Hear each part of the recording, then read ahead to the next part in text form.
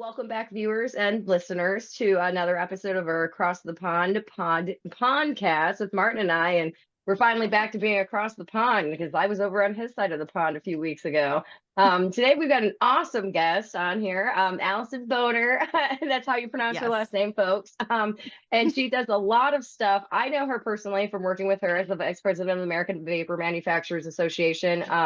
Out of the United States, which is a trade association. She's also the president of the South Carolina Vapor Association. She's a project manager at MiPod. And then she's also a fellow with the World Vapors Alliance. So, Allison, first of all, thank you for coming on. Thank you so much for having me. No, I love you. I'm always open to doing anything. And I was really excited because I've never actually met Martin before. So now we're kind of virtually meeting, even though I'm a huge fan of his on Twitter.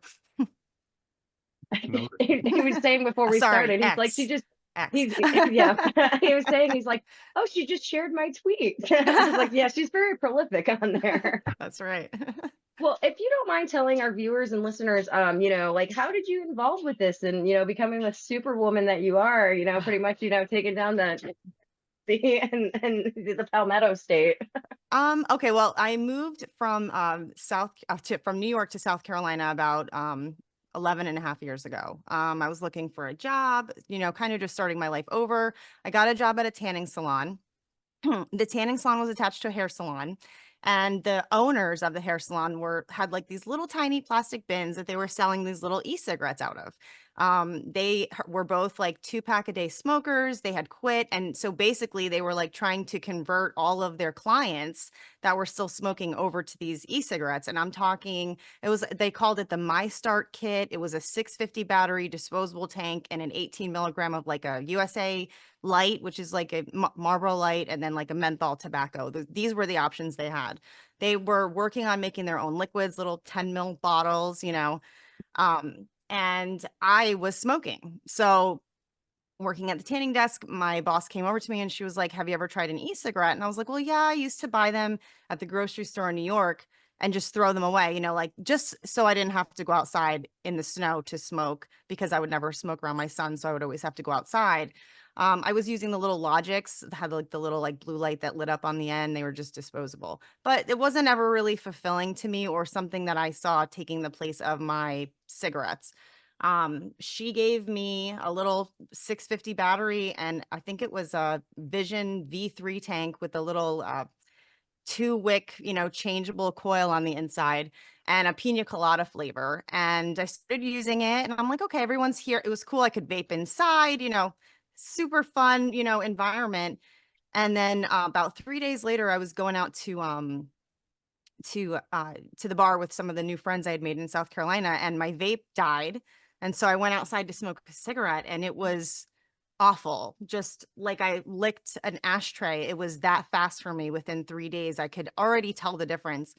So, long story short, I ended up staying there for about 11 years. I ran one of their busiest stores. They ended up their tanning and hair salon into an e-cigarette store. Flash forward to now, they have 16 locations across of the state of South Carolina. The goal was to help as many people quit smoking as possible. I mean, these people had, put all of their life savings into opening a hair salon and a tanning salon, and they were so passionate about this product because it helped them quit smoking, which is something that they never thought they'd be able to do.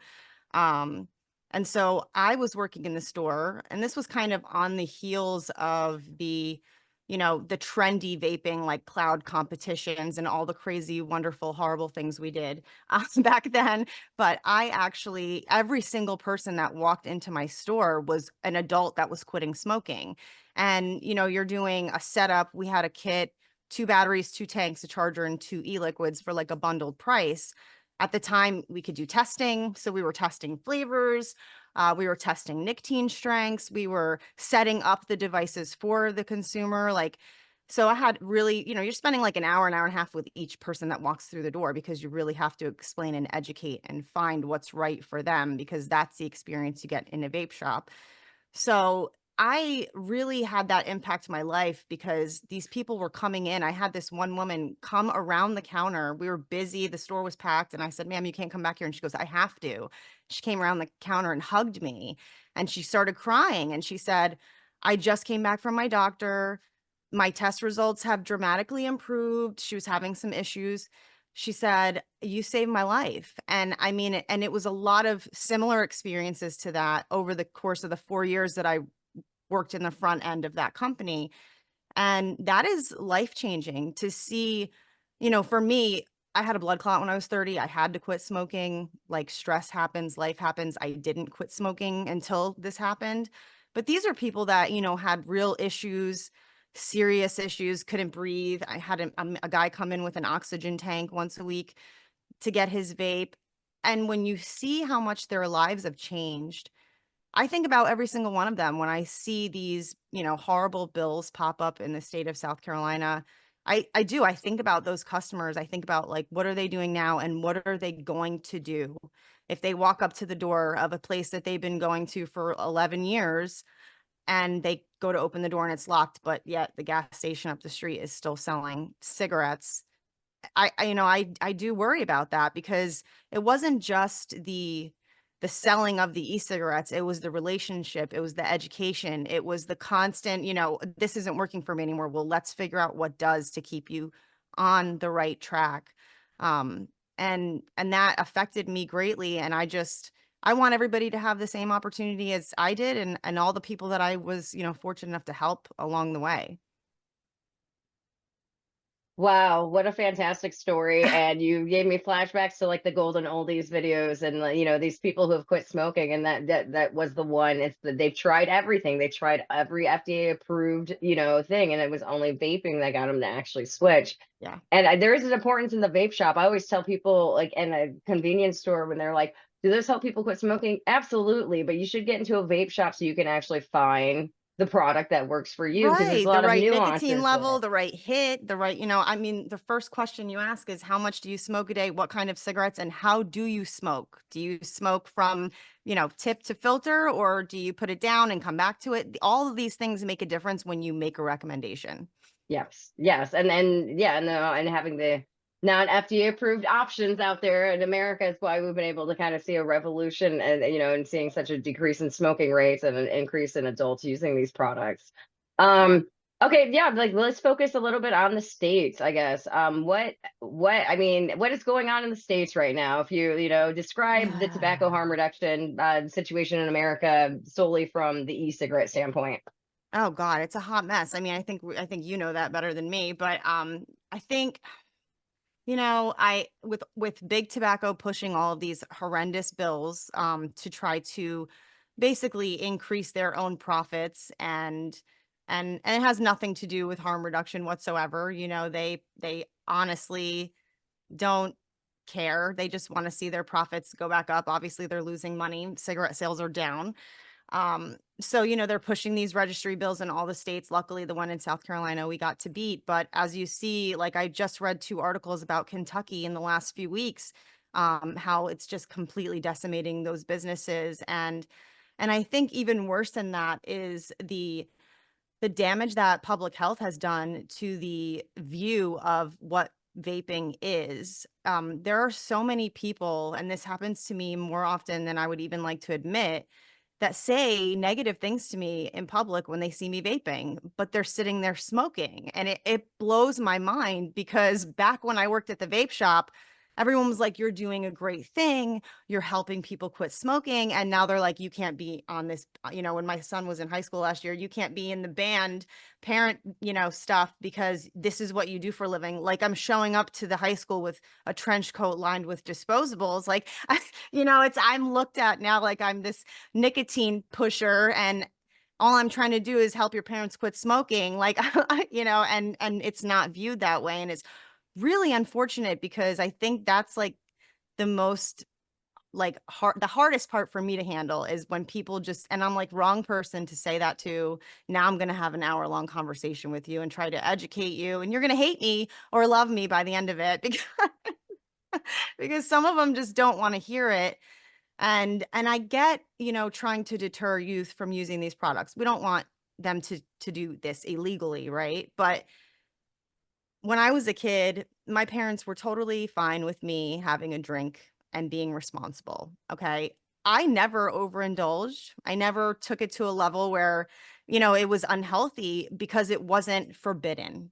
And I feel like once you make something, especially to kids, forbidden, like they're going to go touch that hot stove because they want to know why they can't. And you're just saying, oh, it's bad for you. Well, it's not, because if you're a smoker, this is the best thing that you could have found if you've tried all the other options and nothing worked for you. And I'm sorry, but there's still youth that's smoking cigarettes. And personally, for me, it would be great to see an off ramp. As you see kids that struggle with drugs, there's an off ramp, right? There's a way to kind of wean yourself off. Vaping could be potentially used as that if you are smoking cigarettes, as almost like a tool to help get somebody off cigarettes, and then obviously essentially off of vaping. But the way that they demonize it, it's not working, obviously, because now we have a market that's flooded with disposables. And they're easier, in my opinion, to get now than they ever have been for youth, because they have become this prohibited item. And anytime you make something a prohibited item, everybody wants it more. Actually, this is a good segue for Martin on this one, the youth vaping epidemic. And you were actually the one ABM was the one that got Brian King, head of the Center for Tobacco Products at the FDA, to actually go on record sitting there saying that we don't have an epidemic anymore, especially what the definition of epidemic is. Yeah, this doesn't amount to it. But what you're seeing, like Martin already knows, like this morning, the youth vaping epidemic went from the United States and now it's everywhere else, specifically the United Kingdom, New Zealand, and Ireland. Martin, you want to add more to that? And yeah, there's a lot. The British Medical Association, which the news reports in the UK, they produce this report, and the news reports are saying, oh, doctors are warning this and doctors are warning that. They're not doctors. The British Medical Association is a union. It's a trades union for doctors. But what astounds me, what you were saying there about people who are saying things to you as a vapor when they're smoking. What always astounds me is how these myths and misinformation have been picked up by the public. And there are so many people in comment sections who seem to think they're very well educated on the subject. They'll tell you all about how you can get popcorn lung if you use these products. Oh, and yeah. all these things that all it says to me is they're not very bright people. They just believe anything they read in the newspaper. So they're not experts. They're not clever. They're just a bit not very clever, Right. They're believing what they're seeing online without actually reading into it and educating themselves. And there's nothing worse than somebody who thinks they're an expert on something when they actually haven't even taken the time to look into it. Exactly. No inquiring minds or anything. And the other thing I want to say is when you were saying earlier about how you were trying to help get people off smoking with your vape shop. And all these bills are coming out, and again, there's a load of media in the UK today about how they want to ban disposables, they want to ban all flavors, this trades union, and there doesn't seem to be any empathy. None of them are thinking about what effect that will have on adult vapors and smokers. There's no thought to it at all, and I do that when I've seen state hearings, when I've occasionally presented at them. These people are just passing laws with no idea or care about how it's going to affect the population. Absolutely.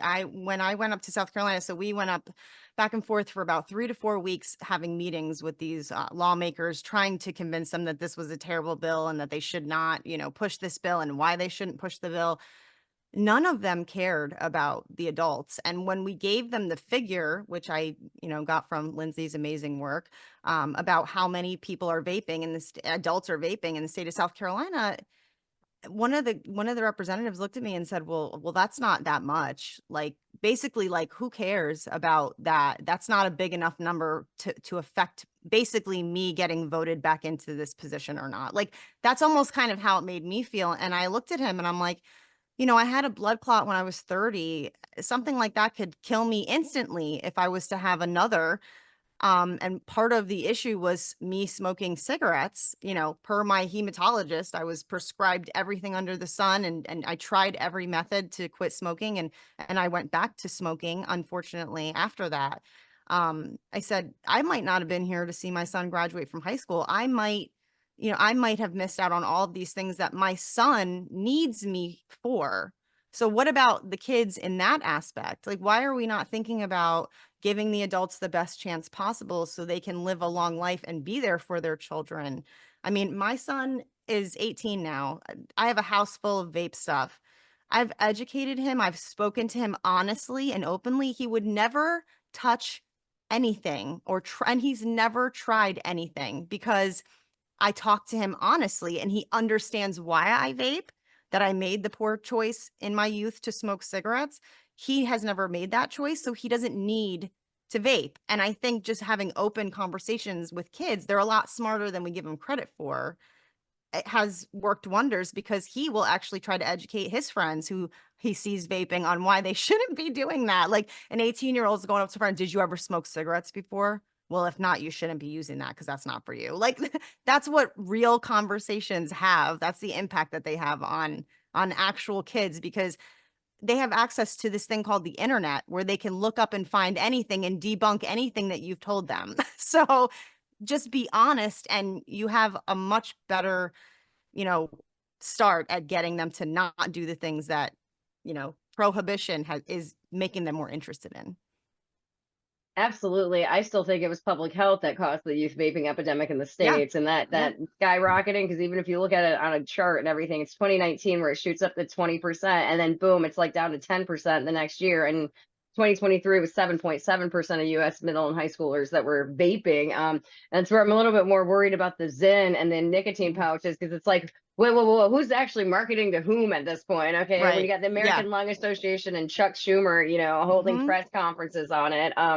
One, you guys are idiots. You're literally doing free advertising. I mean, like, yeah, Truth Initiative did more advertising than Juul ever did. Let's just say it. Okay. Yeah, exactly. Like, oh, we can cut out. What do you mean we're marketing for kids? We don't have to market anything. You guys are doing it for us. Yeah. Right.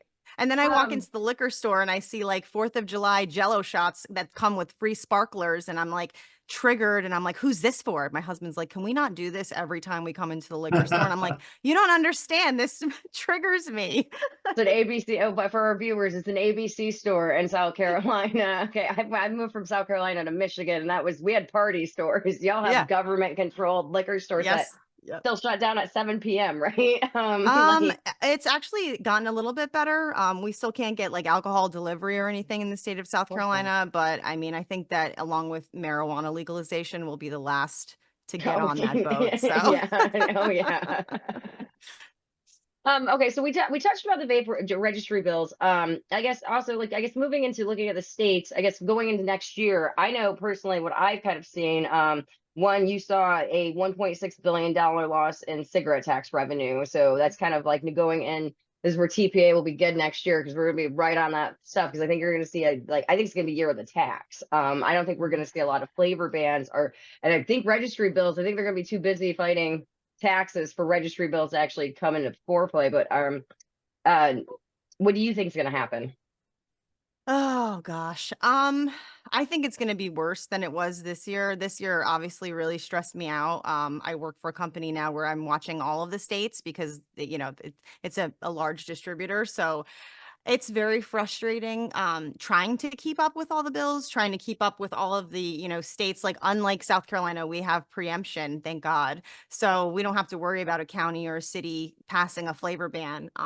But that's the things that, kind of sneak up on you. You have to constantly stay on top of it, make sure that you're not breaking any laws, but I think it's going to be worse. I think big tobacco they always learn from the previous year of what works and what doesn't work, and they have unlimited funds, and I think they're just going to come back and try to do as much damage as they can, because for some reason they think that that's going to help their profits. I don't think that they see that it's only creating a larger illicit market, and that's not going to help them at all. So I don't really know what their logic is, but I think they're just going to keep doing more of the same, and I think we're going to see, like you said, a bunch of tax bills.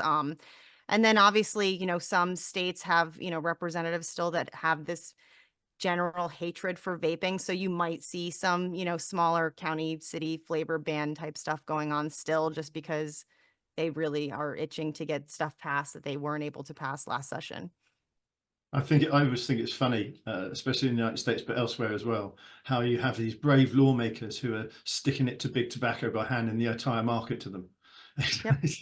I had a conversation with someone, a representative here in South Carolina, and they said, well, RJ Reynolds was in my office last week, and I just looked at him and I'm like, and Big Tobacco's here to help. Have you ever heard that? Like, what are you telling me? So they cut you a fat check, basically, is what you're saying, and they've already kind of bought your vote. Like, and he goes, I will never side with the tobacco companies. And I'm like, you don't understand.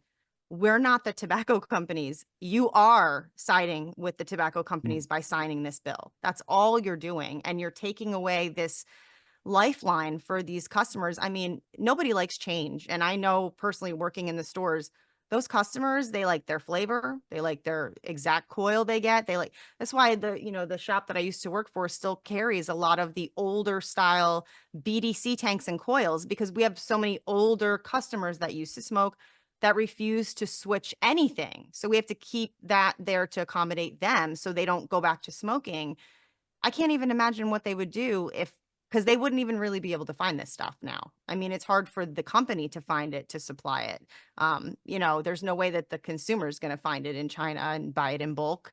So it blows my mind that there's just no care. There's just really a complete disregard for people that smoke, which is really sad, because we have all of these amazing programs for harm reduction that are popping up everywhere. And you see all this progress made on the marijuana front. And then you look at vaping and it's like the redheaded stepchild. Like, we don't get to be called harm reduction because we're associated with tobacco, but we don't want to be associated with tobacco. That was the government that made us associated with tobacco. We started this to get away from tobacco. I will add to that, and I've always sat there and said, I think it's actually kind of the THR movement's really kind of amazing that it's consumer driven. And actually, like, governments have been trying to get big tobacco to do something, and it literally was consumers changing the product and then them having to be like, oh, we're going to lose all of our customers. And we got to get into the future, because you didn't even, I know in the States, like tobacco, you waited till after the FDA got authorization. And then even then they were kind of lukewarm on like introducing products. They mostly like bought companies and stuff. And then, now you're watching, I call it right now, between all the major tobacco companies, it's the race for the THR.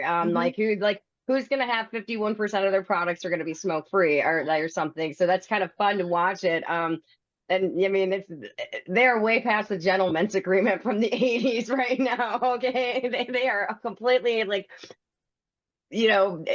fighting with each other pretty much, especially what we're seeing in the States, and the state levels specifically. So, and I'm here for it if it means, competition fosters innovation. I mean, we might get even, I'm looking at you, one of the companies, bring HTP to America. Okay. I've been waiting for it. I mean, me, I don't care if it's something I've used and it worked for me. If it works for one person, I think it's essential. And this is the argument I have all the time with people online about disposables. I'm like, you don't understand, because my 82-year-old neighbor that's been vaping for a year and a half, I brought her pod systems. I filled things up, and I went on vacation, Lindsay, and I came back and she was back on cigarettes. Okay. So disposables, a year and a half, no cigarettes. To me, that's essential, because I know people, like, I used to, when I worked in the store, people would come in with a Ziploc bag full of their dirty tanks and coils and all their batteries. And they'd go, I'll be back in an hour. They'd buy their bottles of juice and their fresh coils. And I'd go sit in the back, clean all their stuff, pull up all their 510 pins, give them all new coils, fill everything up for them, and then have them leave. So for me, I'm like, man, this really would have been a game changer back then. And like it or not, the FDA created this mess with disposables. So don't be mad at the companies that are creating the product and making the products. Be mad at the FDA. But like it or not, it is an essential product now, regardless of how you feel. Yeah. Can we do better with recycling? Absolutely. Hey, FDA, approve some stuff so we can focus on actual important things.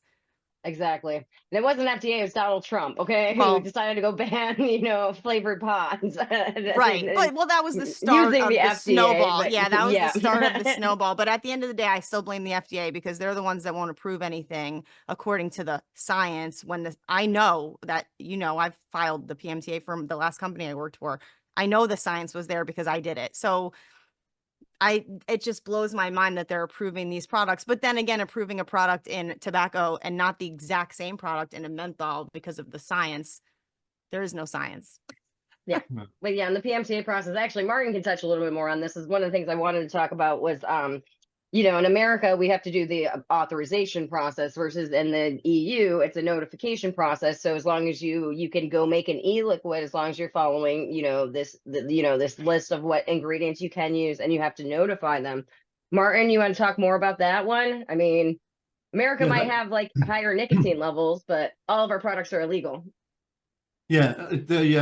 This came about from the EU. I remember 10, 11 years, about nearly 12 years ago now. A lot of us went to Brussels to fight against the EU because they wanted to do what Australia's done, have vapes only available as a medical device, and we won that argument. And what came out of the EU was some fairly sensible regulations. The one thing that the most important thing they did was separate vapes and smoking products. They said they're different products, and we're going to have a separate set of regulations for them. And yeah, you're right that it's a shame about the cap on nicotine limits and the silly little bottles and things like that, but they're fairly workable. But because of that, now we have a framework at the EU, and they're going to try and change it. They want to go back and have the same battles they had, you know, 12 years ago. But they've got that framework in place, and it'll be a struggle for them to get out of it. But the system we have in America is just basically just intransigence from the FDA. They are just judge, jury, and executioner of what happens with these regulations, and that seems daft to us over the other side of the Atlantic. It's crazy because, you know, I filed the PMTA. I had this one point of contact person, Raquel, and she was calling me, like letting me know my updates. We had gone from, you know, filing status to, you know, or accepted to filing. And then we had just gotten a letter saying that we had moved into the next phase. And then all of a sudden, everything kind of changed. I had a different point of contact person, like overnight. That person didn't work there anymore. And then immediately, like within a few weeks, received an MDO, even though we had just moved into the next portion. So I'm like, oh, we're slowly moving forward. We're doing good. Like, and then boom, all of a sudden overnight, we all got this same exact MDO. Like they were, because we're all comparing notes, you know, vape companies are getting them. And so we're sharing our letters with each other. And the rejection was the same for everything. And it made no sense because for the company that I used to work for, they're extremely proactive. Even though the age is still 18 in the state of South Carolina, they were already doing T21 as soon as that had changed, and also implemented a Trace Verify scanning software and made it so the employees couldn't even sell a product unless they scanned into the system and a valid ID. I mean, I even took screen grabs. I took my son's ID. He had an ID because we went on a cruise, and I scanned my driver's license and took a screen grab of what happens. And then I scanned his, and, you know, all of this was in our PMTA submission. So we were already doing a lot of the things and ensuring that we're not selling to minors. We had no warning letters. You know, I think they had one warning letter like back in like 2016, I believe, for an underage sale. But ever since, you know, the software was implemented, there was no underage sales because you're not leaving it up to the employee that could potentially make a bad choice or see a friend that's underage and make a sale or whatever, or just be lazy and look at the ID quick. Now you had a scanning software that wouldn't even allow you to make a sale unless, and it would pull up the customer's account. So not only would you see that they're of age, but you would see all their purchase history and things like that. So we had gone above and beyond. I definitely didn't think that we were going to be one of the ones that didn't get at least closer to the finish line because we had so many fail safes in place to make sure that we were doing the right thing and selling responsibly. So, but they're not going by logic, unfortunately, or the science. Someone should introduce the FDA to the concept of post-market surveillance, because it's pretty clear they don't seem to have heard of it. Yeah, absolutely. Great. Well, all right, guys, we have gone longer than I expected, but you're so much fun to talk to, Allison. So we always do, you know, try to end on a positive note. You got any advice, and, you know, for our viewers, listeners, any suggestions for advocates or even the idiots who don't know that vaping is safer? Keep having the hard conversations. You know, like I said, I do get, you know, attacked a lot when I go out in public, but actually I kind of see it as an opportunity to have an open conversation. And there's been times where I've actually been able to change people's minds, and somebody who was sitting there smoking will turn around and go, okay, well, I'm going to go up the street and go to that store you told me about, and I'm going to try one of these. And for me, for every 10 people I don't convince, that one person I do convince, that makes it all worth it, because that's one more person that has a chance to quit smoking and potentially not have to deal with all of the horrible things that come with a lifetime of smoking. So you're doing the right thing, even though sometimes the right thing is hard to do. So just keep pushing forward. On the side of the angels. That's Sorry, I right. have to get that in. That's Okay. right. Yeah, that's his trademark now. I like it. You want me to close it up, Marty? You want to do the ending? I can do it. Well, Okay. thanks, Ali, for turning up and speaking with us. It's lovely to meet you, and I hope everyone enjoyed it out there who's watching. And tune in again next time for our next Across the Pond podcast with me and Lindsay at the Taxpayers Protection Alliance Consumer Centre. And see you again soon. Bye. Thank you guys so much.